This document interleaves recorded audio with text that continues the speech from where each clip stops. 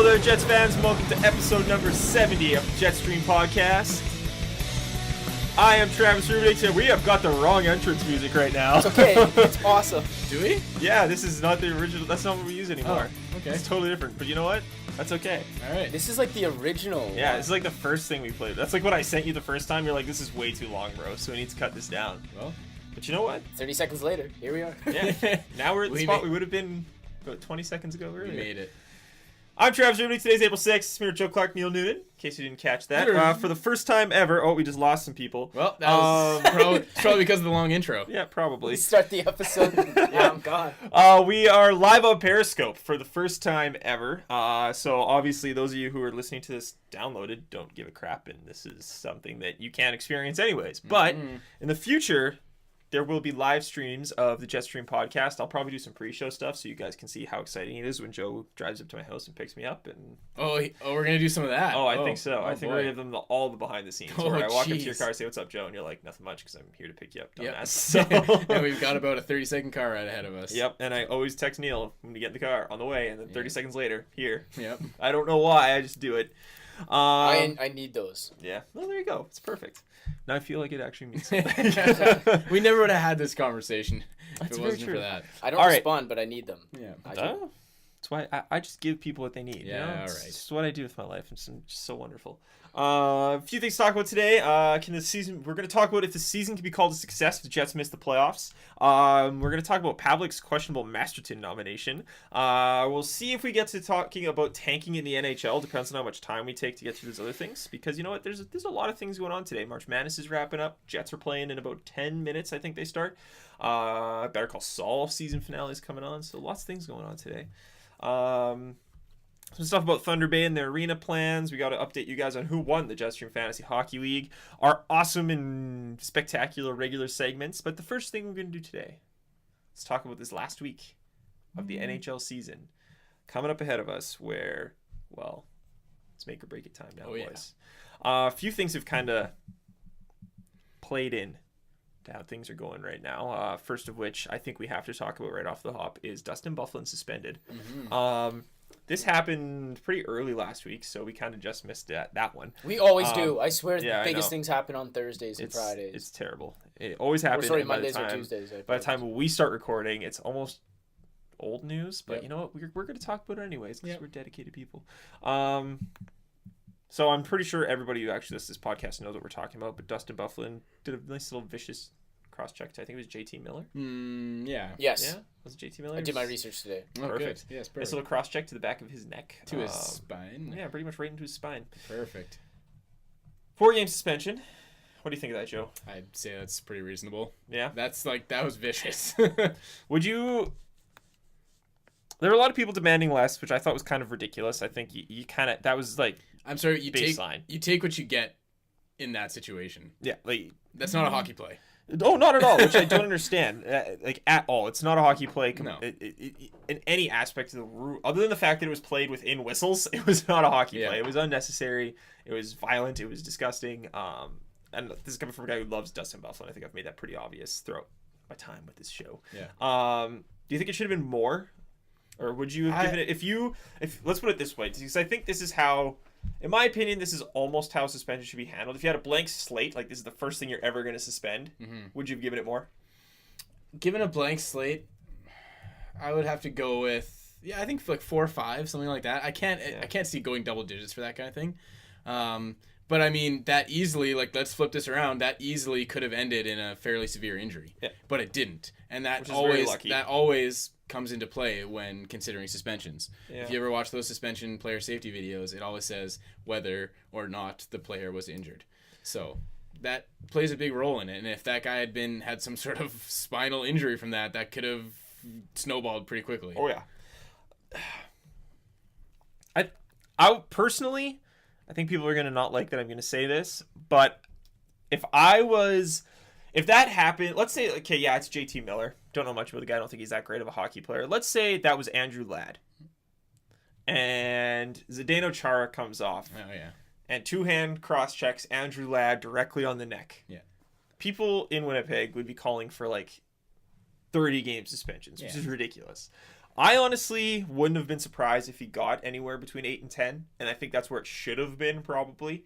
I know it being the end of the season obviously put some limitations on that. I don't think the NHL wanted it to go further than what would have been the start of the playoffs to begin with. I think that's the only reason he got a phone hearing. Yeah. I'm kind of surprised they didn't go the full 5. I thought that was where they were going to go when they started it. It seemed like an easy route to take, right? Because there's only that many games left. Yeah, you're done for the rest of the regular season. Done for the rest of the regular season. If your team can make it to the playoffs, then you can play again, and we'll see how things go from there. Yeah. Repercussions of that, though, especially now that Toby Enstrom's hurt, Ben Sherratt coming into play for him tonight. Again, that game starts in about 5 minutes, but it's the NHL, so it'll probably start in like 15. Yeah, it's 15. You've now seen a situation where 2 of your top defensemen are gone, one of which you can't help. Like Toby Enstrom getting hurt, you can't help that. It's crappy luck. But when one of them could be prevented, it's really kind of a pain in the ass. Oh, yeah. Because now you're going to see Trouba's minutes go up, which means Stewart's minutes are going to go up in probably one of the most important games of the season. Ben Sherratt comes back, and I'm kind of interested to see how he handles this. Mm-hmm. I'm not sure how they're going to pair things up there. I don't know if he's going to go with Myers. No matter what, he's not going to be with Byfuglien, and that's exactly where he was his strongest. So, but that's just it. We don't really have enough to say he's not going to be the same player. Like, we don't know. We honestly don't know. He's played like next to no time with anybody. He hasn't really played that much time with Byfuglien over what you're usually comfortable coming to a conclusion about a player with. Yep. So, this is a very... I'm going to say big opportunity for Ben Sherratt and stressful situation for Jets fans because you have no idea what this kid's going to bring, especially considering he just had surgery, I believe is what it was, on his wrist, I think, was what was hurt. I can't remember. So, I don't know. It's always tough coming back from an injury. Never mind something that required surgery, and never mind in a situation where it's going to be very hostile environment in Minnesota, and it's an intense game. It's a playoff game. Yeah, let's just hope that it's not a situation where he's being pushed back into the lineup, maybe not 100%. Let's hope that he's 100% ready to go and he can come out strong. You gotta hope so. He said he feels like he's been ready for a while. Good.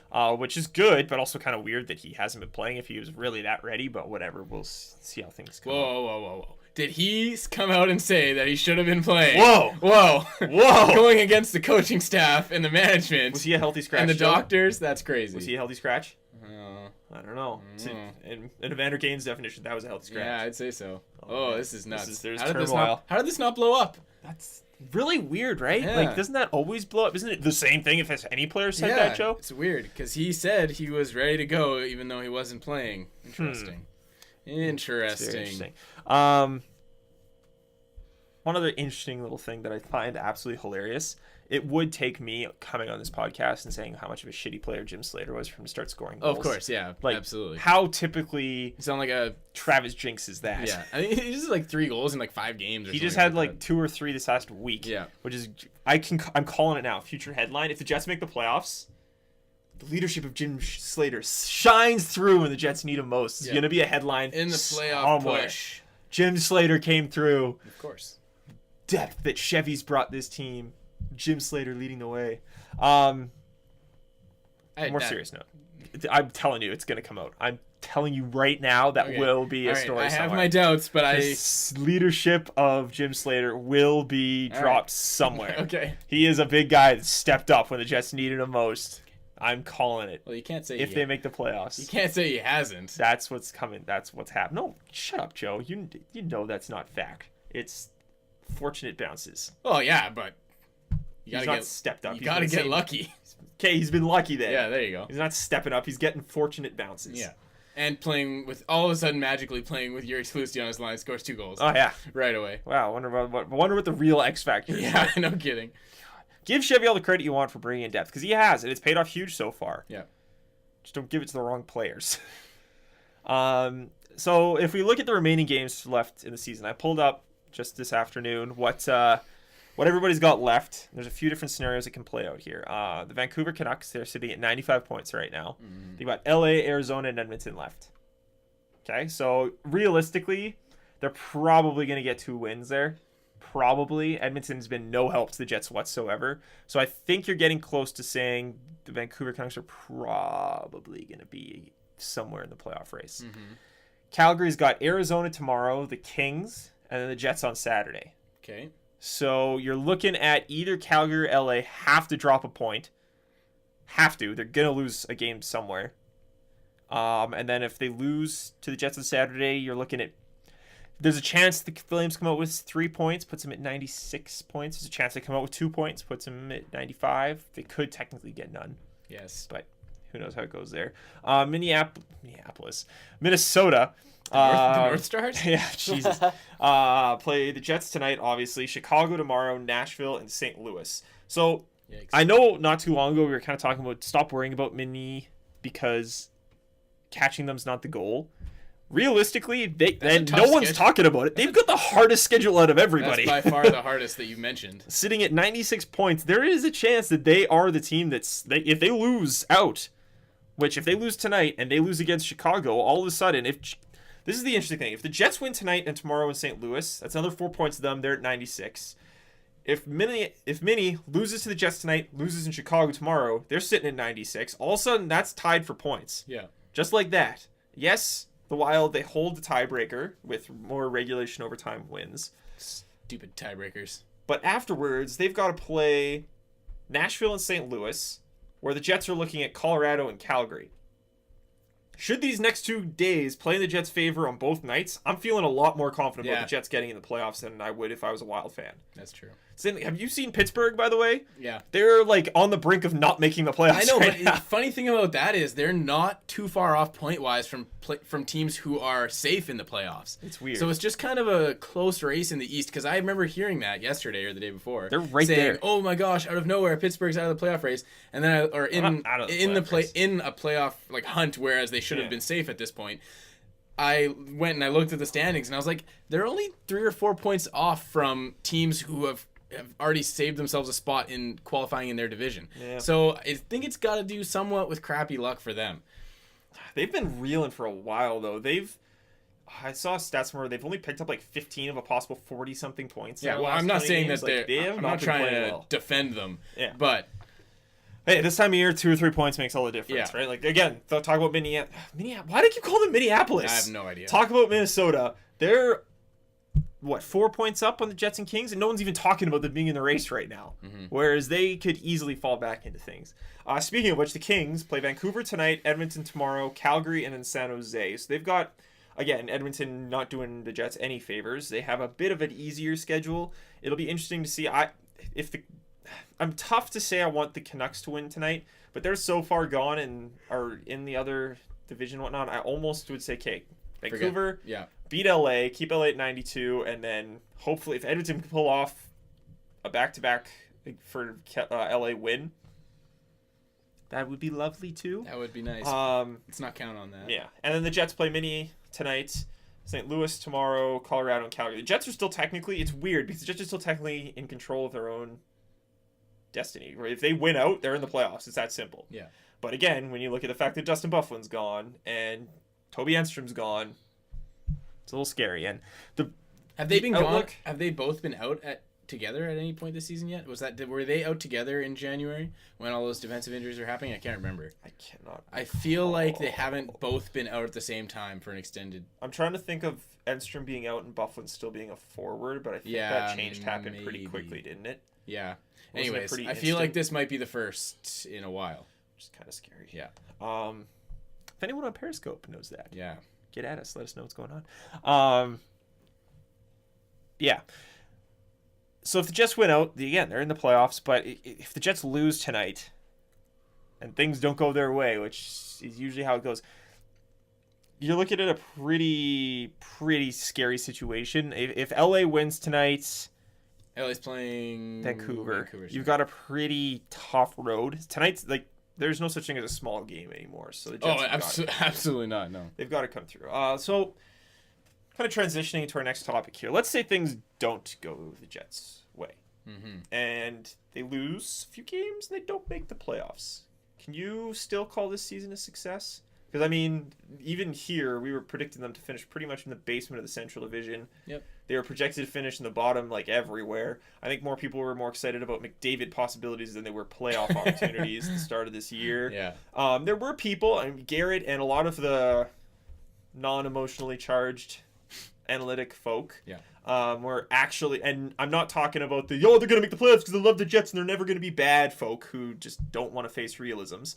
Not a lot of people outside of some of the very strong analytics individuals were honestly and strategically and logically saying the Jets had a shot at making the playoffs this year. And that was based on analytic numbers. And I know people are going to say, oh, I knew they were going to be good all the way. No, you didn't know. You were saying that because you're a fan and you don't want to speak bad of your team. Just the same people who still support Pavlik through every 3-game win streak he ever puts together in his life. Again, nothing wrong with that. Just saying, don't claim you knew something just because you said it once. I'm sure I've said ridiculous things that have come true. Doesn't claim that I actually thought they were going to happen. I'm not going to walk around here and say I'm a genius at college basketball because my bracket's doing well right now. I understand that was very much a lot of, thank you. Yeah. A couple of them, yeah, I'll take credit for, but the rest of them, no fucking way. I'm glad you understand that, Travis. No, exactly.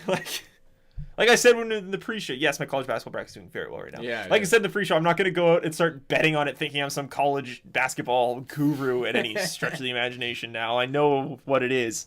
But yeah, like, can you call this season a success if they miss the playoffs?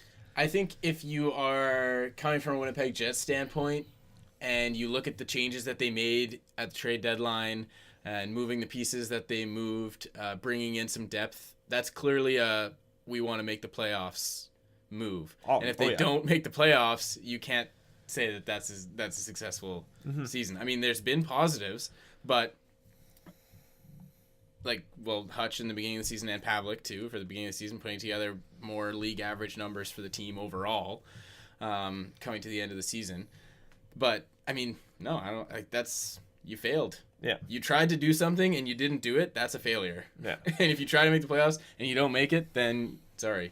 See, this is one of the situations where I wish one of us was just rambunctious and crazy about these kind of things and saying, no, it has to be a success and ready to argue with each other, because I completely agree with you. Which doesn't make for as entertaining podcast. Guys. Sorry, everybody. See, if we plan these things ahead of time, then we could plan an argument. You know, I think people like that we don't plan things. Yeah, I guess. No, I do agree with you, and it's funny because I was thinking back just a few hours ago about our worst case scenario bracket, and one of the things we had on there was Pavlik having a good season, but the Jets still missing the playoffs. And obviously that was instantly voted as how can that possibly be a bad thing?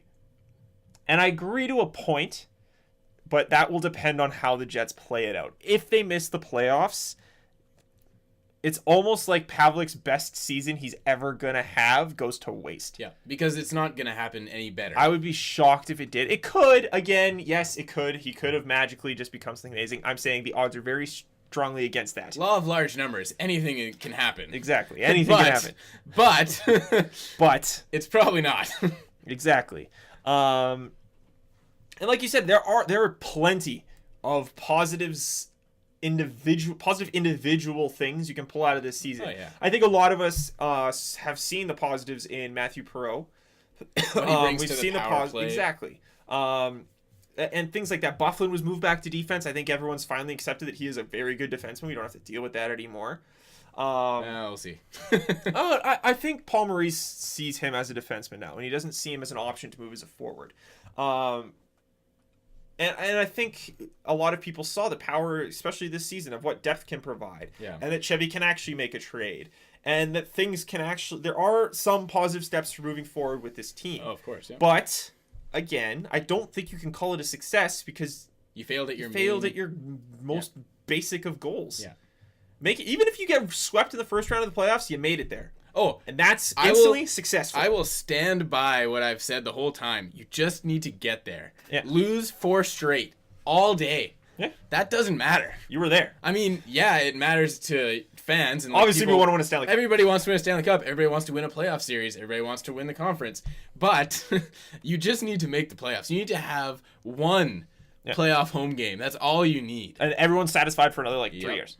And I think that's where you start seeing, you give that trinket of look at what you guys can get to. Hope. You just need to give the hope. Oh, exactly. And I think, again, positive things we've seen. Adam Lowry's turned out to be, again, I'd like to point out, I called in the Arctic Ice pre-season sort of thing. We all made predictions, and that one I will stake. I actually know what I'm talking about for, is I said that Adam Lowry will have a mind-blowing season when he makes his team and it'll shine above people.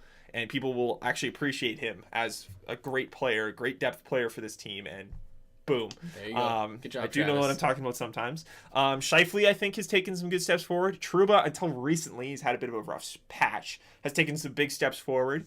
But again, it is kind of scary. Like, the Jets have lost Evander Kane now, and realistically, that could be at the cost of only a couple prospects who might not turn out. They could turn out great. If they do, fantastic. I think the Jets have done a good job at building a bigger prospect pool.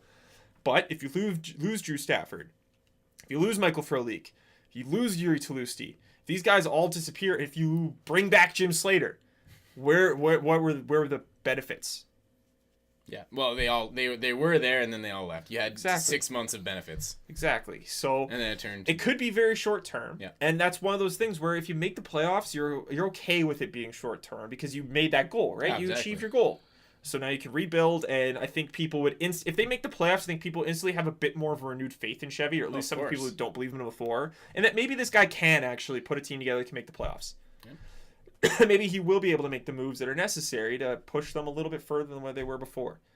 They miss the playoffs, it really starts looking bad, especially if you can't re-sign guys. Oh, yeah. So it's a delicate time, and obviously, I think in the next episode, we'll probably be revisiting this exact topic as to whether or not you can instantly call this season a success, which I think you can if they make the playoffs, or what happened. Mm-hmm. What happened over this next 7 days that... Future us are going to know so many things. Yeah, it's crazy because the entire tone of this season, of upcoming this off-season. show, this upcoming off-season, Yep. the trade deadline, the perspective going into the draft, it all changes It can all based hinge on these next 4 games. It can all hinge on like 1 point. Yeah. Yeah. And it could quite literally, and I hate it coming down to this, it could quite literally come down to about a 5-minute stretch over 4 or 5 different games where they just let points slide. Yep. I don't like hanging things up on individual games because again, it's 1 out of 82 games, Yeah. but it adds up. And every point adds up, and not winning in overtime or losing in overtime and stuff like that, it adds up quickly. So that's why you got to get the points where you can. So yes, lots of UFA things. What have I got there? Let's move on a little bit here. About our boy.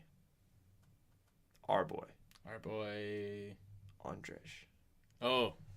Dr. Boy Andrej Pavlik. Dr. Dre. Dr. Dre. Andrej Pavlik. How come I've never heard Dr. Dre before? D-R-E-J. That's a Nice. good one. Dredge. Dr. Dredge. Dr. Drej. Hey. Captain of the Czech DUI. Yeah. Got a Masterton nomination. What's that? I will tell you what it is, Neil. Perfect. It's voted upon by the Professional Hockey Writers Association, and each local bracket puts forward their nomination for the team. Which, whatever. If you want to say that the hockey writers know better than other people, fine. Whatever. You can say what you want. That's the way it's been. What does this award stand for, Travis? The Bill Masterton Memorial Trophy is awarded to the player who best exemplifies the qualities of perseverance, sportsmanship, and dedication, traits to which almost everyone aspires, is what the Professional Hockey Writers Association website states. Sounds like a lovely thing. Sounds like a lovely award. And it almost comes as no surprise that the local Winnipeg media voted Andrej Pavlik as the player who has the most perseverance, sportsmanship, and dedication. Okay. Just for a little bit of reference, for those of you who don't really follow NHL awards, I don't follow it that closely, to tell you the truth. The Bill Masterton Memorial Trophy generally goes to a player who suffered either a catastrophic injury or something pretty serious that they've come back from and are back playing in the league.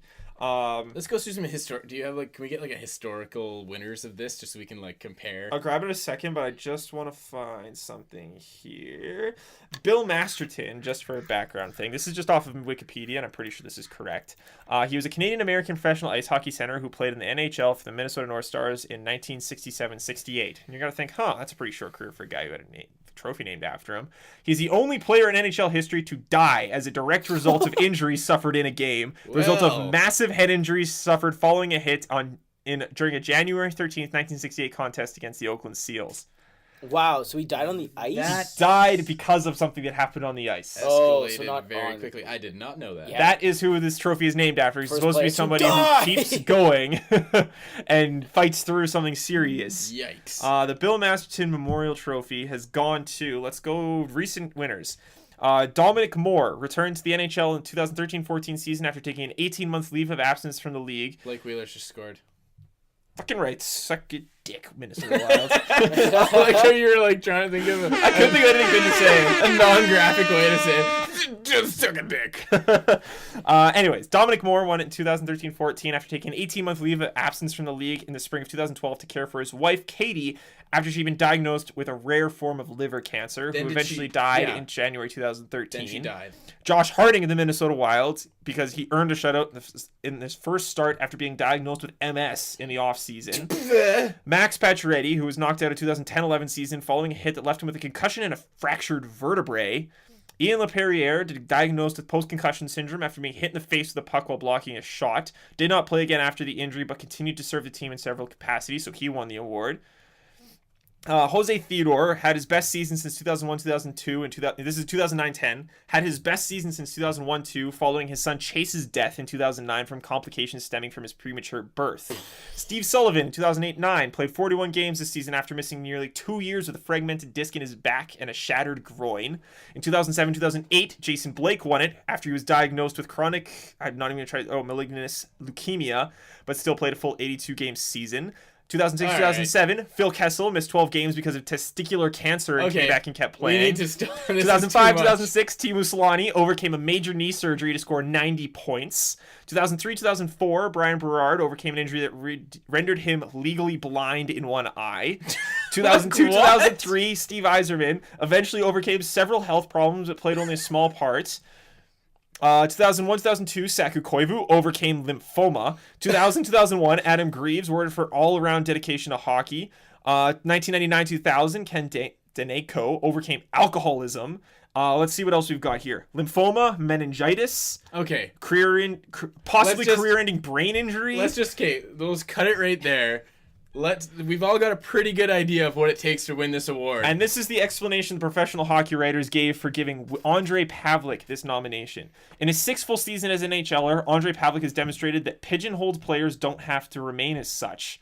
Pavlik, 27, has endured the ups and downs of the Winnipeg Jets and Atlanta Thrashers since 2009 and his own personal ebbs and flows, aka he got a DUI, and has emerged to be an important factor in the most urgent part of the season, aka he got a hot streak, trying to secure his first appearance in the Stanley Cup playoffs. This is perseverance. For the numbers crowd, he has improved in significant ways this season with little less ice time. It's in part due to his willingness to alter and refine some technical parts of his games after a recent 18 months, and it's still a work in progress. This is dedication. AKA he had a hot streak this season, which boosted his numbers, and decided to get fit for the first time in his NHL career this offseason. Apparently that's now dedication. Man. Pavlik has 2 World Hockey Championship medals, gold from 2010 and a bronze from his more astounding 2011 tournament, and the native of the Czech Republic is an easy conversation in the locker room, a window to his passion for the game. So he's a good quote. He decided to work out for the first time in the offseason instead of drinking. And driving. He got a hot streak. Not even his best one. And hasn't just quit hockey because he's been terrible for his entire career. Wow. Bill Masterson worthy, everybody. Okay, so Way to go, Andre. it's not Andre's fault that he got nominated for this award. No, it's not his fault. I'm not attacking Andre, but I'm not saying you are. But you have to, just me saying that, because I don't want to pin this on Pavlik. It's not his fault. no, he it's got not his fault at nominated for all. this I'm award. not at all taking this as an attack on Pavlik. As the professional hockey writers of Winnipeg goes, though, I'm sorry, but you just slapped in the face all of the other people who won this award and their families and all the other nominees for this award. Like, seriously. Like, wow. Wow. Like, that is just sad. How do you justify that? Like, Yeah. I see your attempt, but it's poor. That's so bad. You know who at least would have been somewhat worthy of this award? I don't know. How about the guy who had back surgery last year and came back and played this year, only to hurt his back so badly he couldn't finish the season and had to have more back surgeries? Grant Clitsome. Why is Grant Clitsome not your nominee? Yeah. The guy had back surgery. Twice. He had to fly to California because his back was so badly fucked up they couldn't repair it here. That's so bad. How is he not your nominee? That's terrible. That makes no sense to me. I remember seeing actually a really good quote. I wish I had saved it. I didn't know we were going to be talking about it. I should have assumed we were. But I saw a really good quote from somebody, and it wasn't even in the Winnipeg media. It was just some random on Twitter saying, "So how does finally getting into shape and finally reaching league average in the 5th year of a 7-year deal make you a Masterton Trophy nominee?" This is like the first year he hasn't verbally called out his teammates in the media. Yeah. Sportsmanship, sportsman of the year, everybody. Man. Again, nothing to go against Pavlik here, but I think it just perfectly exemplifies how certain players in this market are going to be thrown on a pedestal no matter what. Yeah, that's no too matter bad. what. And you know what? It's a shame, to be honest with you. It is. You got to think that there's guys on the team who are going through, like Grant Clitsum, for instance. Yeah. You've got to think that, he sees this and says, what do I have to do to, How many backs do I have to break? It's like, and I get that he didn't finish the season, but he still came back from back surgery and started the year at the Jets. no, yeah, exactly. Well, going through some of those ones that you were talking about, it's not like they came back and maybe played amazing. It's the fact that they came back at all. Yeah, exactly. The years Yzerman won, he didn't finish a year. He came back, he barely participated. Yeah, exactly. But the fact that he was even there is amazing. Yeah. And I'm trying to look up, what about Jim Slater? He had hernia. He was out like all year last year. Yeah, he had a sports hernia or something. Yeah. At least pick a guy who was hurt. Yeah, not right. a guy who just had one good year out of his entire career. I don't think sucking and then getting not crappy for a little bit. Yeah, and being average for a while and then having that's a the hot thing. streak. That's the thing that also, like, if you were really bad and then all of a sudden, holy crap, you're amazing For more than like 1 year. then like, wow, that's really impressive. You must have like really stepped up your game and something really clicked and wow, you must have been really dedicated. But if you go from really bad to just slightly above average, if not just average, and sometimes a little bit below average, why? What? Yeah. That doesn't even make any sense. Honestly, it's embarrassing. It is. It is like, really embarrassing, actually. It's annoyingly embarrassing. That's just embarrassing. Like, forget being a Jets fan, forget being a fan of sports, forget all that. It's just embarrassing as like humans. Yeah, it's embarrassing for the city. Yeah, it is. That is what we're holding this. Well, actually, the only people who should be embarrassed about it are the professional hockey writers of Winnipeg. Yeah, that's sad. Especially those who didn't want him. I don't want to group all of them because I doubt this was a consensus vote. Oh, for sure. But for those of you who did, wow. Like, just wow. God. I want to give it to Dustin Byfuglien for having to be a forward. Yeah, exactly. And not complaining every time. God, well, he kind of said some stuff. But yeah, but he didn't. He still did it. Yeah, right? exactly. He still showed up. God. You know who kept working his hardest and didn't complain about anything and probably should have got a Masterson nomination from the Winnipeg Jets? Evander Kane. Evander Kane. Yeah. He worked hard. He showed up. Yep. He played defensive minutes, didn't say anything. He's a good quote. He is a good quote. That's for sure. God. Easy conversation in the I locker tweeted room. a link to Unbelievable. I tweeted a link or retweeted a link to a good article about Evander Kane that Evander Kane tweeted himself. So if you'd like to read that article, it's very nice. Yeah, I was gonna read it, but it's a long article. I honestly haven't had time to. No, yeah, it's a long article, but it's just it's an article written in sports on sportsnet.ca that is about Kane and just his life, where he came from, and maybe a little bit of more of an inside look into who he is. And you can tell that it's endorsed by him because he's the one who tweeted it out. So I think it is a pretty level-headed look at it. I mean, it takes into consideration the ups and the downs, but I think if anybody's looking for a little bit more of an insight, because you don't really hear too much about him personally wise. So no one I didn't know anything about how he came up in hockey until I read that article. So it's if you want to read that and learn some things. Yeah, I'm probably gonna read it at some point. I recommend it. By the way, Kristen Ablett, one of our longest listeners, actually. She asked me to talk about something that they talked about in the Steve Dangle podcast. I'm not going to talk about it this week because I honestly haven't had enough time to put in work to figure out stuff about it. They were talking about goaltending and how like usually it's young goaltenders who do really well, and how goalies are probably a little bit different in their development and that they're really good when they're young, and a lot of evidence shows they're really probably their best when they're like 19, 20, 21. Yeah. But I haven't had time to look into this stuff. So I promise I'm going to do my best to try to bring that up at some point. But if I forget, I'm sorry. But yeah, I'll try. But yeah, moving on. I needed to get that Pavlik Masterson stuff. Again, It's nothing against Pavlik, and I know I'm tough on him, and I know a lot of people think I'm unfairly tough on him. I don't think I am. Well, it's not like he nominated himself. Exactly. He didn't nominate himself. I'm not trying to trash him here. I just find it ridiculous that, considering the history of that award, that people thought it was okay to nominate him for that. We're gonna move on here. So, sorry, one guy from every team gets nominated? Yes, Yeah, and then the NHL, I think, puts down to finalists. Or I think the overall Professional Hockey Writers Association votes and come up with the finalists and then the winners for the NHL awards in Vegas, whenever that is. We're going to talk about some tanking. Okay. Tanking in the NHL, which is obviously the forefront this season when a lot of teams want Connor McDavid, including my beloved Toronto Maple Leafs, who are doing a terrible job of it and beating Ottawa twice in the last week. Stupid idiots. I find that kind of funny because fuck you, Ottawa. But, it's also not helping their tanking efforts. What are your? I'm going to get Neil's opinion on this too, because I know it's a bit of a problem in the NBA as well. What are your guys' just thoughts on tanking in the NHL and in sports as a whole? Like, is it something you're okay with happening, or does it bother you? For me as I don't want to say I'm a impartial fan. Like, obviously I'm interested in the Winnipeg Jets and I focus mostly on them, but that's the thing, is I'm not a very intense fan. Like, I don't feel super passionate about it, right? Sports are just kind of Passionate enough to do a podcast, Joe. Well, that's the thing, is I just show up and I talk. It's not really a huge You have opinions and yeah, right? It's not hard. But like, you don't cry when they lose. right, exactly. So for me, I'm not so emotionally invested in it that I would care if a team loses on purpose. And I don't give a crap about all that pride, whatever. That's garbage. I don't leave. But like, unless you're the one playing, then you can have all the pride you want. But like, like if you're not playing the game, then don't talk about the pride.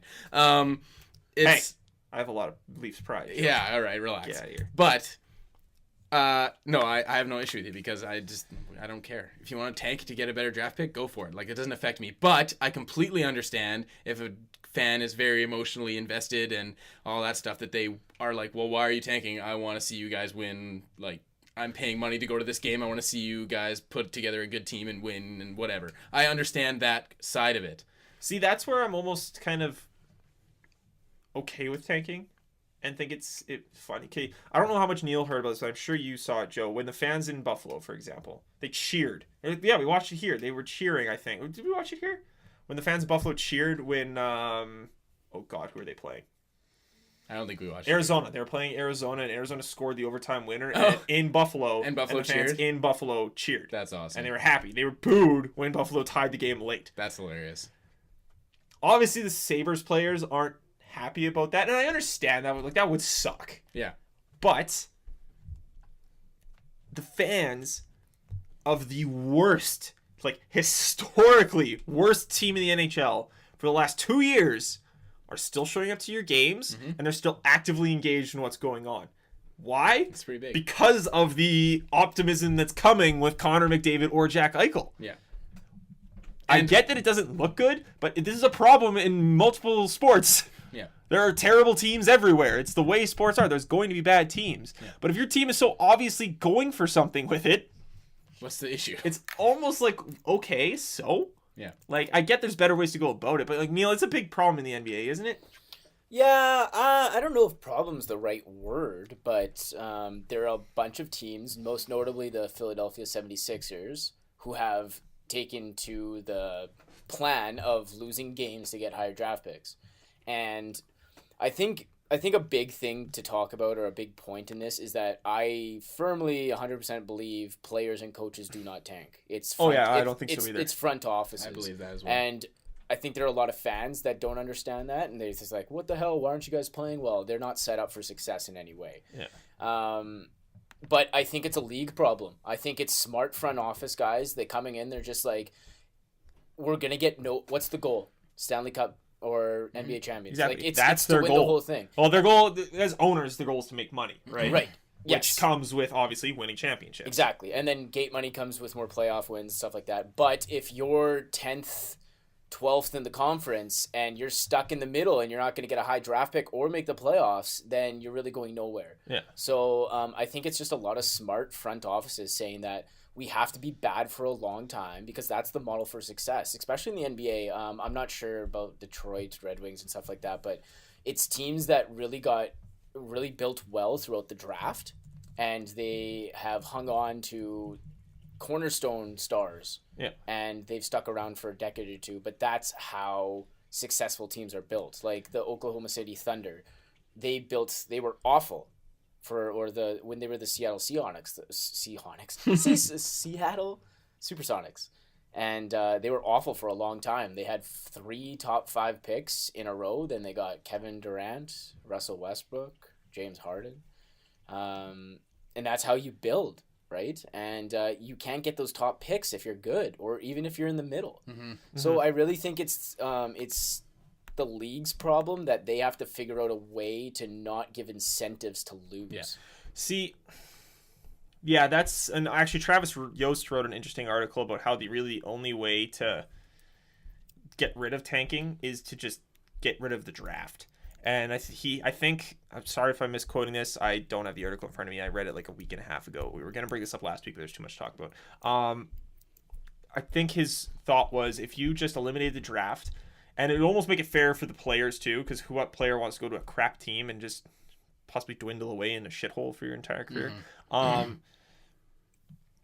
Where you set a salary cap of how much you can sign rookies for, and then it's like free agency with rookies. You can only sign X amount of them for X amount of money. If you want to spend your entire budget on the number one prospect, go ahead and do that. You got him. And then if there's a salary cap, you eliminate teams like the Leafs and Montreal Canadiens from always getting the best players. Yeah. They aren't going to be able to afford it. Yeah, you eliminate what essentially happens in soccer where all the best players go to only a few teams. Exactly. So you still have your parity. Yeah. I still laugh when they talk about that EPL parity. Anyways, yeah, so I think that's an interesting thought. But back to what you were saying earlier.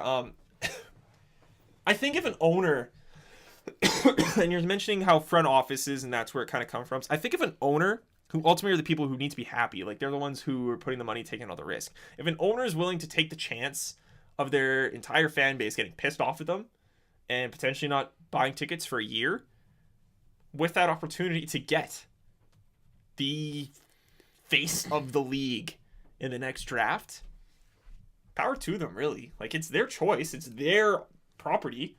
And that's why I think the draft's not going to go anywhere, because the owners understand the risk they're taking. If you're just bad for years and years and years, you're just going to be bad. And you're not going to make any money. There's a lot of PR teams putting in some good work to spin this into the optimism you were talking about, like the Buffalo team. Like the Sixers, they have a model. I think it's called Together We Build. So they're bringing in the fan base. They're like, nice. Hey, we're all in this together. Yeah. We're going to suck for a bit. Oh, yeah, there's bars in Buffalo that are all about this. Yeah. They're all about the tank, and they're all about getting things better. And, like, think about it. When Tampa was bad, they got Steven Stamkos. They made a whole advertisement campaign. Do you remember the scenes? Have you seen Stamkos' ad campaign that went on in Tampa? Look where they are now. Man, Pittsburgh used to be terrible. Exactly. Pittsburgh was about ready to leave. Pittsburgh was going to be the Jets. Yeah. That was the big rumor of the time. Pittsburgh was so bad. And there are obviously some questionable things about how they got Sidney Crosby, and that was a lot of luck. It was, yeah. Whatever. Well, yeah. Luck, whether that was created luck or not, no one really knows. Yeah. But yeah, like... It's an effective strategy to turn a team around, so until that changes, it's going to keep happening because owners know what it's like. And nobody wants to lose. I'm sure a lot of the front office people don't want to lose, but they understand the point of it. Do you think the Leafs organization doesn't understand what's going to happen when they start trading people away and most of their roster is AHL call-ups right now? They know exactly what's going on. Oh, yeah. I think Buffalo doesn't know what's going on when they start trading away players to acquire injured Evander Kane, to trade away their starting goaltender for a backup and have a tandem below 900. Those are great tank moves. Like, they are. No, it's exactly what's going on. Yep. And they're meeting all the rules. They know exactly what's happening. I'm glad you brought up, Neil, that players and coaches don't tank, because I agree with that too. Yeah. They're obviously trying that. That's why it sucks for a player when the other team's getting cheered for. Well, and that's why it sucks that's why I think it's dumb that that media will ask players, like, oh, are you guys trying to lose on purpose, or is this tanking? Where it's like, maybe that player is intelligent enough to know that, obviously front office is doing something here to All players know. for us to tank. Oh, yeah. They're gonna know dumb. that, but they're not actively trying They've got to to play lose. for their next contract. Exactly. Still. Oh, yeah. It doesn't matter. In that instance, it's not the team that matters. They're worried about themselves. The players know that they're going to have the current Buffalo Sabres know for the rest of their careers they're going to have that Buffalo Sabres stamp on them. Oh yeah. This is who And you were with. It'll affect their next contract. Exactly. That's why I think that's the only piece of optimism Jets fans can possibly have out of signing Drew Stafford is that he's got the Buffalo stink with him. Yeah. Yes, he's played great with the Jets, but he still has some Buffalo stink. So does Tyler Myers. So it's not fun. But let's take for a second here and say that I've heard this idea again from the Steve Dangle podcast. Let's say we were going to try to get rid of tanking. Just because, for whatever reason, the league doesn't like it. Honestly, I think more of that hype comes from the media and from fans who are just like, oh, it's stupid. It's never fans from the actual city that are complaining about the tanking because they know it's coming. I don't hear anybody from Buffalo bitching about the tank. Yeah. I hear people from Edmonton complaining because their team doesn't know how to rebuild after a tank. Yeah. The tanking is not what's failed in Edmonton. It's the rebuild around the tank that's failed. Horribly. They've got a lot of good players from their draft picks. Exactly. In fact, their best you can players. only name their best players from those draft picks. Exactly. But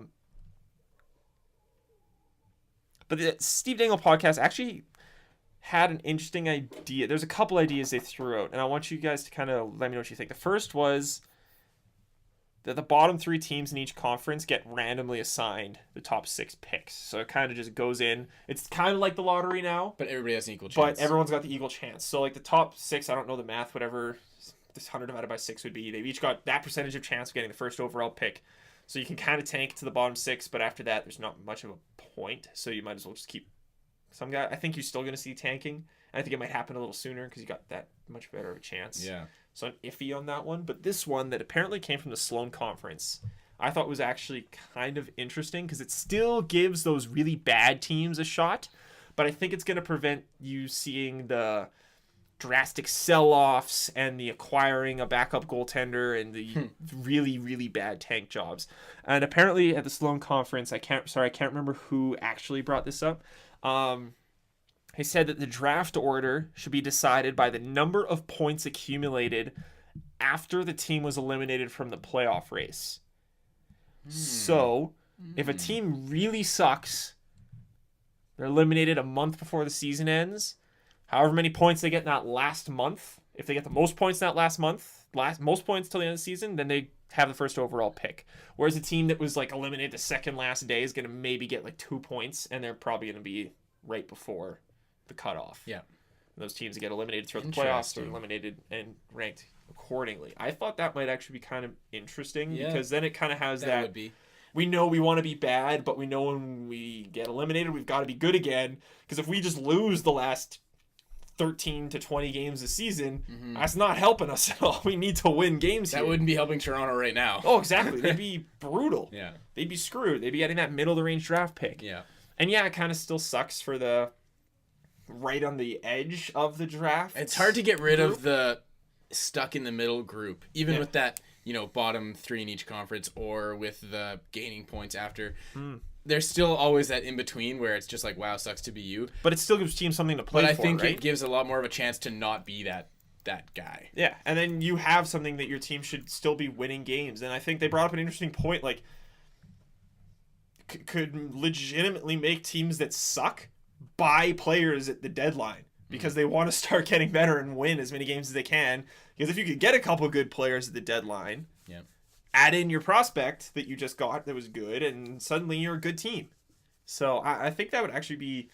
I can't think of too many real negatives there. Yeah, you still got those middle of the rank stuck teams, but they can't full off tank. They just have to not be as good at start. It's not going to be so cut and dry. Like a lot of the times when teams start to clinch their playoff spots or get mathematically eliminated from playoff spots, there's not a ton of games left in the season. So you know kind of where you are. Yeah. And that's going to be around where you finish off, and that you almost kind of know where you're going to be picking in the draft when there's 10, 15 games left. Oh, exactly. You have a general idea whether you're going to be in the playoffs, just out, or way at the bottom. Yeah. So it'll eliminate some of the certainty, like, oh crap, we're for sure going to be picking like 9th overall. That's lame. Yeah. But you might be in that spot when you're eliminated from the playoffs, but then it's like a whole new season. You get to Exactly. You choose gotta your try draft. to get your draft pick up. And again, yeah, you kind of know, okay, we're not making the playoffs.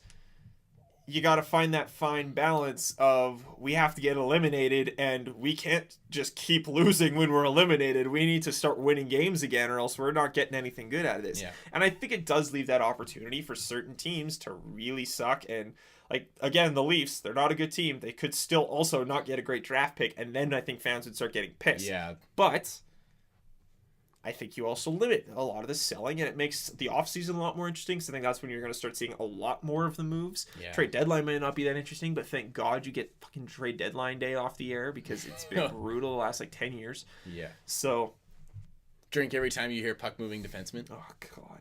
Two different solutions that have been brought up in the NBA. One, super simple: all the teams that don't make the playoffs still put into a lottery all equal number of chances. Mm-hmm. So what's awesome about that, like, it's just fun thinking, like, what if we don't make the playoffs? We're like the 9 out of the 8, and we get Connor McDavid.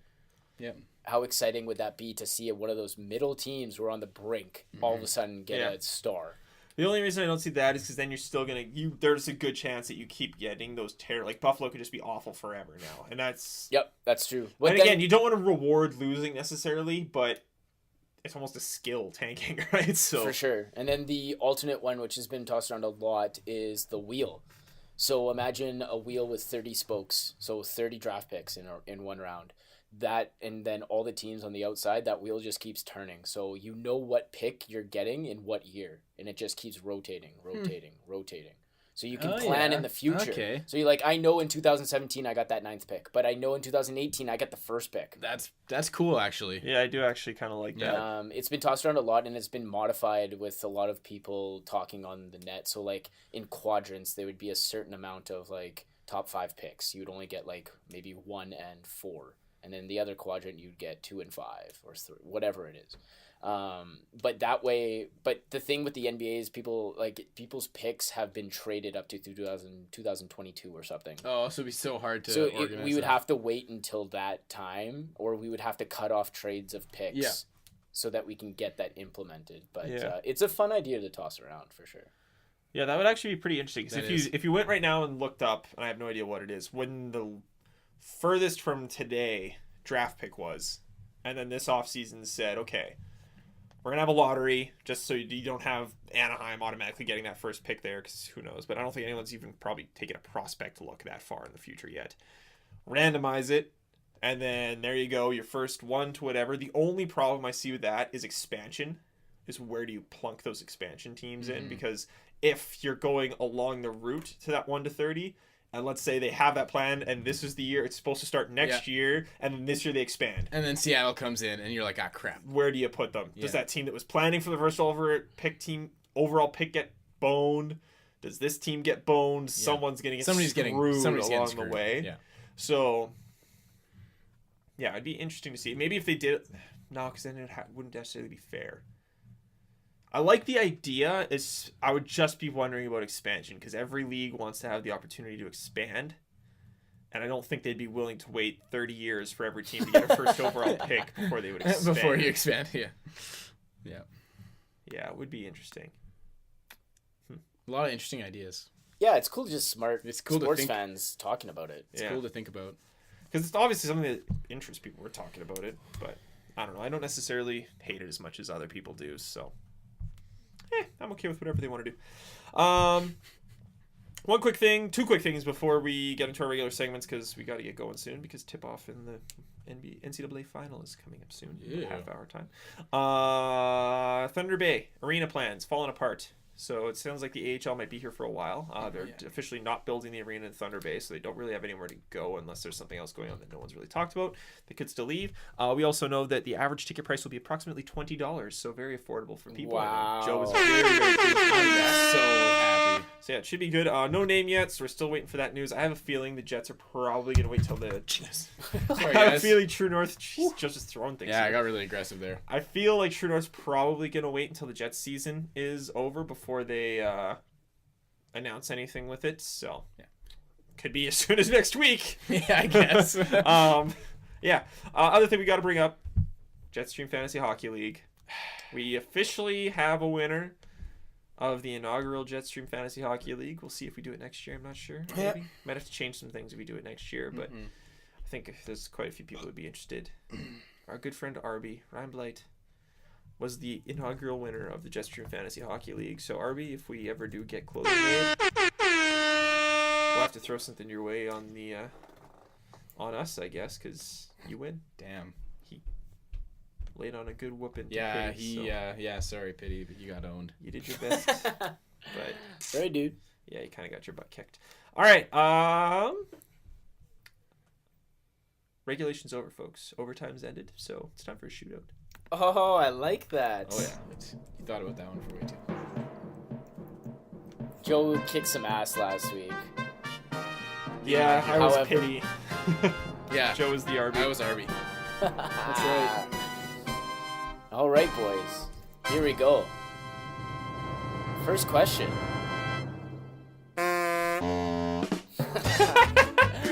As we know, our Jets' very own Dustin Byfuglien was suspended 4 games for his cross-check on Rangers' JT Miller. Guys, when was the last time you got in trouble? Joe, go ahead.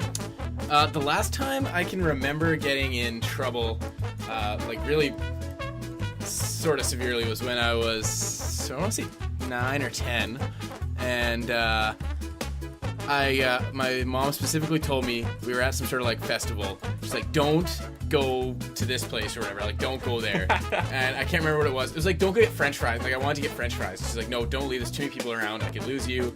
And I need to go here. Don't go there. I was like, fuck you, Mom. Went. Joe. I didn't actually say that. But I went and got myself French fries. And then came back and I walked right up to her and I was like, hey, and I had the French fries. She didn't even notice I left. And she got really pissed and I got grounded. I honestly, I can't remember the last time I was in trouble. I'm more of the, Yeah. I'm more of the pain in the ass Yeah. than someone who gets in trouble. So I get like dirty looks Yeah. and stuff all the time from my parents, but I don't necessarily get in trouble. I just Okay, it's a huge pain in goody the two ass. shoes. Well, I don't know. Okay. If you want angel trouble, child. A couple weeks ago, at work, one of our data collection / equipment pieces runs on a computer, and I turned it on, and it blue screened, and I guess I kind of was responsible for crashing a hard drive. Decent. So Lovely. I guess that's trouble, but it wasn't really my fault. So I guess I'll say that. Question number 2. Tolutsi, Pavlik, and Frolik recreated an adorable photo they took when they were younger. Guys, what's a memory from your childhood you would love to create? The Jets making the Leafs making the playoffs. That would have to be number one. That's a good one, actually. I would have to go with getting a Slurpee every single day in the summer and somehow not getting type 2 diabetes. Slurpees Just having our is so good. overall fitness level as children, Yeah. just being able to run forever. Yes, Yeah, we actually. were talking that before. We were talking about that. I want to be able to have the cardio I had when I was like 11. Yeah. Because, man, I was a beast. Yeah, exactly. Okay, question number 3, last one. Last week, Drew Miller of the Detroit Red Wings received what I would assume many hockey players fear the most, a skate to the face. Guys, what scares you most at your own workplace? Joe, go ahead. Well, I have a pretty hazardous job for the most part. So, like, I'm a mechanic, and there's a lot of stuff that can go wrong. A lot of tools, a lot of Cars falling in your head. Yeah, a lot of stuff like that. I mean, I've gotten over the fear of having a car fall off the hoist and onto me. That's something you get over pretty quick when you're underneath vehicles all day, every day. What I'm scared of is doing work on suspension. If anybody's familiar with the... Oh, you told me about this last week. Did I? Yeah. Oh. Not on the show. If anybody's familiar with the setup of most car suspensions, there's your strut, which is a shock with a coil spring around it. And if you're servicing that in any way, sometimes you have to compress the spring. Those springs take a lot of force to compress, and when you have them compressed, they can if your machinery fails in any way, it can very easily kill you or maim you or destroy you in many different ways. That's probably my biggest fear, is getting hit with a spring. I work in a pretty safe environment, That's why I was excited to see where you'd go with this one. but I am quite often around cadavers and body pieces, Oh. and I'm a big fan of The Walking Dead. So I'd have to say my biggest fear is if that actually happened, they all just came to life, and I just tried to walk in my office, and there were just limbs and people that just zombieing towards me would probably be my biggest fear. That is terrifying. Either that or a little 3-level elevator that regularly just stops. that just crashing down with me in it.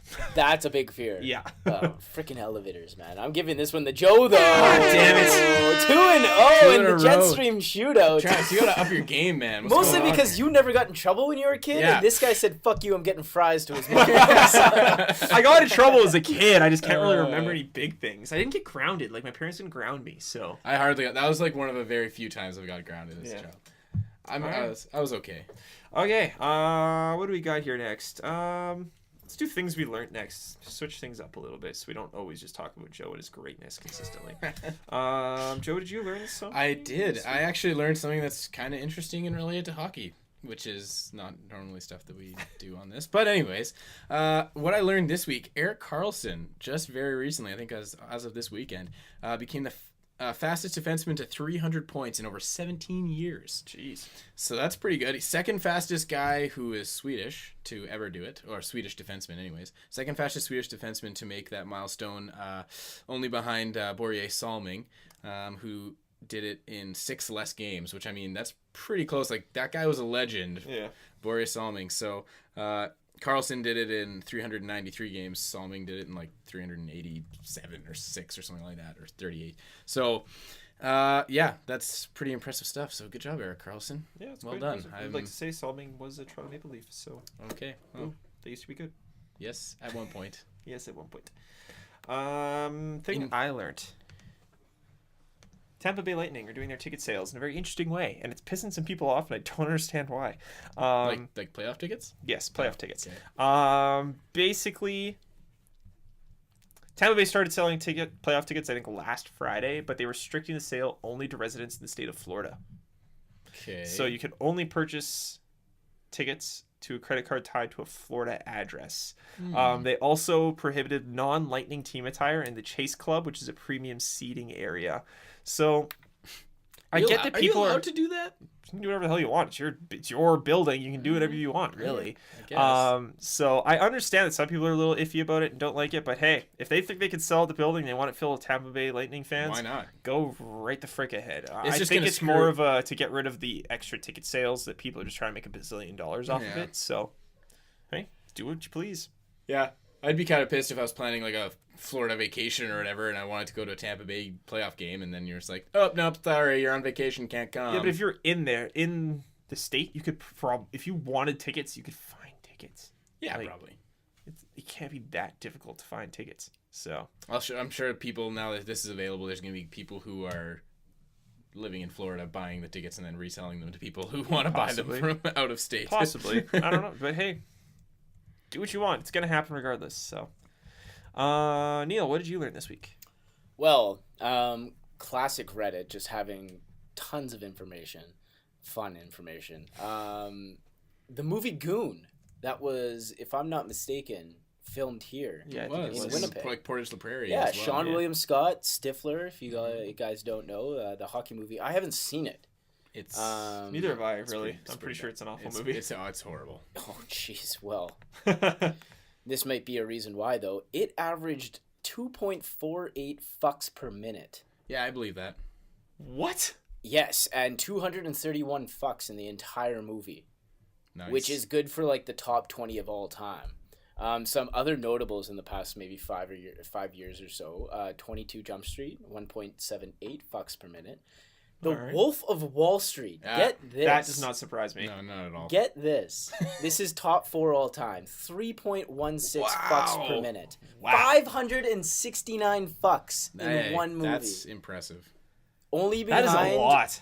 Nil by the Mouth and Twin Town, which I have no idea, Never heard and of those. Fuck, a documentary on the word fuck, Oh, that's understandable. which makes had an sense. incredible Yeah, 9.21 okay. I mean, that's reasonable. uses per minute. The fact that Wolf of Wall Street had just under half, Yeah. or no, over half Yeah. of the amount of fucks per minute as a documentary about the word fuck is pretty ridiculous. They had more than one every 20 seconds. yeah, absolutely ridiculous. That's insane. Project X, Magic Mike, This Is the End, other notables. Interesting fact there, Channing Tatum is in 2 of those. He's in Magic Mike and in 21 Jump that's Street. Very or 22 yeah, Jump good Street. call there. Very good Jeez. call. He's He's all about the fuck. Yeah, I guess.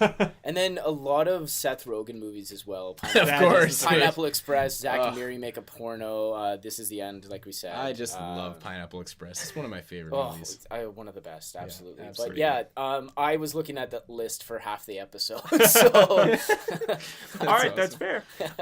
Joe, Yes. you have a great team of the week for us, I believe. I do. Great. Ladies and gentlemen, there it's you go. Joe's great team of the week. So, great team of the week for this week. I was trying to find some teams that magically pulled themselves into playoff contention because that's kind of the only thing that makes you great at this time of year. The only one I managed to find, because I already gave props to Ottawa, but they're still sort of clawing their way. More than likely not going to make it, but hopefully Losing the Leafs will do that to you. Yeah, twice. Ugh. Anyways, San Jose Sharks. They won 4 of their last 6 and have worked themselves sort of back into the picture in the wild card race. Not quite, but they're closer than they have been, and everybody was writing them off, and they're reasonable. They're 4 or 5 points back right now, which is a lot to make up in 4 games. But Yeah. mathematically, They're still alive. they pulled themselves into mathematical contention, which is just fantastic. You know what? If that's a great thing, but if the draft was done, as was mentioned in the Stone Conference, they'd just be boning themselves right now. Yes, they would. You are correct. Yep. bone in yourself. Any other interesting facts about this great team? No. No. Oh well, they should be doing this. Actually, very interesting fact about San Jose Sharks. Travis has been picking them to win the Stanley Cup for like the past 4 years. No. I picked the Blues, and I cheer for the Sharks because they're just Heartbreak City. Okay, fair enough. Yeah, deal with it, Joe. Another piece of truth as to why you don't want Travis cheering for your team, Yep, that's very true. I am a curse. because they will sign John Scott every time. And take away captaincy from one of the best players of all time. Yep. Fools. You know who, Fools. You know what? Let's be fools together, Neil. Fools. And try to spell things. Whatever. You always. Last Last one was awesome. I consider that a win for myself. Yeah, that was actually really good. I think Joe's purposely going ways in spaces that I can't Good, do let's- well. let's So even this out. Obviously, why not? You are getting too many in a row. Anyways, spelling bee for this week. I'm gonna make it CHL, or more specifically WHL related. Their regular season's come to an end. They're into their playoffs. So with that, here's one of the highest scoring players in the WHL. In fact, top scorer in the WHL for this year, Mr. Oliver Bjorkstrand. That's an awesome last name. Yeah, it's a great name. Bjorkstrand? Bjorkstrand. What's his first name? Oliver. Classic. Classic Bjorkstrand. classic Bjorkstrand. Sorry, Joe, I've got this one. Yeah, I figured he would. He's fairly highly touted prospect. Yeah, you gotta go. All right, I'm gonna You get gotta go this like too, the though. fourth line of the Portland. No, I know. Oliver Bjorkstrand. Oliver. Uh-huh. Bjorkstrand. BJO with 2 dots on top. RKSTRAHN. You were so good! Oh, Neil! I was getting so I almost celebrated there. Oh no! That's actually heartbreaking. Oh, Neil! That's like really sad. Oliver Bjorkstrand. Oliver Oliver Bjorkstrand. BJORKSTRAND. Indeed, no. A-N-D, no Neil, it was H. so basic. I honestly thought you were gonna get it. I Like, thought you had it. I was like, you can't screw up the ending. I've never been more excited typing out a name in my entire life than when I thought you were gonna get it right. Neil! And then he said H, and I was like, no. I looked up to Travis. Wait, don't do it, Joe. I looked up to Travis. We're both like, Oh, you had it. Oh, You had it. man. Anyways. I think that's on you for not pronouncing the D very well at the end. Well, there's music, it's hard to hear. Anyway, That's true. Oliver Bjorkstrand, Travis had it right. OLIVERBJORKSTRAND, Bjorkstrand. Did the O have dots on the top? I probably. I'm not Something sure. sort of Yeah, I'm not sure if it Let me has the- spell it correctly into Google and we'll yeah, find it. I'm not sure if the umlauts are present or not, but That's what they're called? yeah. Umlauts? Yeah, something like that. Nah, no. Oh, he's umlauts. Danish. Yeah, so probably not then. He No, looks he's like not. he's 13. Yeah. He's 19. He's 19. No, like legit. Yeah, I like, know he does. You would be amazed. Holy crap. Look, just Hope wait. he does. Look at some of the 15-year-olds that are on these teams, and you're like, Yeah. holy crap, he looks like he's 5. Anyways, Yep. Oliver Bjorkstrand of the Portland Winterhawks, he had 118 points in 59 games. He didn't even play a full season, and he still was the top scorer in the WHL. Columbus Blue Jacks. Blue Jacks? Blue Jacks. That's a cool name, actually. Columbus Blue Jackets draft pick. So, stupid Blue Jackets. Columbus. You know what? I can't hate on them too much I because, like- injuries. So I like Columbus. I like Columbus. They took David Clarkson, so I have to love them forever. Yeah, that's true. All right. That's everything, right? Yeah. I think so. Let's get some sick music playing here. Gonna watch some things. Hopefully, Jets can pull off a win tonight. I think it's still NCAA final. Still 1-0. Who you got, Neil? Go Badgers. Yeah. Who's playing? Duke in Wisconsin. Wisconsin. I have a Wisconsin hoodie. Yes. Oh, you do. I don't think it's I University of Winnipeg. Bought it at Giant Tiger, and it looks like it says University of Winnipeg. But Can you please Great wear it for the colors, rest though. of the week if they win and Sure. just pretend like you were cheering for them the whole why time? not? Yeah, I hope they pull it off. If they pull it off, then I'll be pleased. My bracket will be even closer to amazing. I got that So, hoodie at Giant Tiger for $8. pretty excellent. It's worth Great it. It's a get. pretty sick hoodie. Great I won't lie. All right, if you want to get a hold of us on Twitter at JetStreamPod, #JetStream. Check out the website www.jetstreampodcast.com. Seinfeld music just quit out, so that's That's so we're depressing. full of difficulties today. Just can't Because I talk. went to the remix. All right, good. We'll just let it keep playing. JetStreamPodcast@gmail.com if you want to email us any suggestions, questions maybe for the shootout. If you can let Neil know some things you want to learn about Joe and I, maybe he'll use a couple of them. Who knows? If you want to get a hold of me on Twitter, it's at THRUBENIUK. Joe on Twitter at JW_Clark20. Neil on Twitter at Neil Noonan. Download Periscope. We'll be live broadcasting episodes so you guys can watch. Are there still people watching right now? I think Neil took it down. I know we kind of dropped as the game actually started because we were like, I want to watch actual hockey, not these That's- idiots talk Yeah, about it. the beam So- recorded during a Jets game. Yeah, Makes That was sense, a yeah. mistake. Subscribe, rate us on iTunes if you listen on Max Sports channels, SoundCloud, YouTube, anything like that. Head over to iTunes. This is huge favors if you rate us and subscribe. Be sure to check out arcticguyshockey.com. It's where you can find all the links, pre-game, post-game stuff, tons of stuff in this last crazy stretch of a week for the Winnipeg Jets. Like we said earlier, this podcast could have a very different tone in 7 days. So, But I'm right hoping it's a now, positive one. right now we're hyped. Yeah, we're optimistic. We're hyped. Yep. There's hope. Still in the Jets' hands. They're up on Mini right now. So, Minnesota, not Minneapolis. The Minneapolis North Stars. Because they actually play in St. Paul. So, yeah, we'll see how it goes.